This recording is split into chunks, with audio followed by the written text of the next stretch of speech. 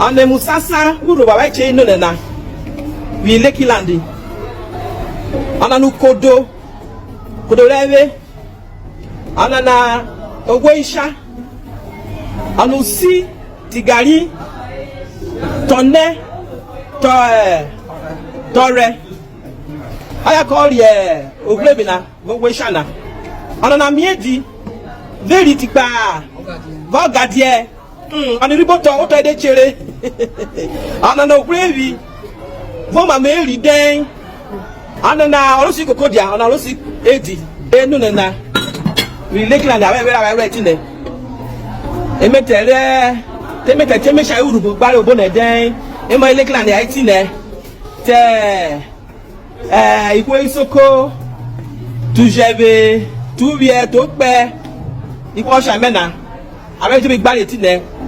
awe Urhobo no na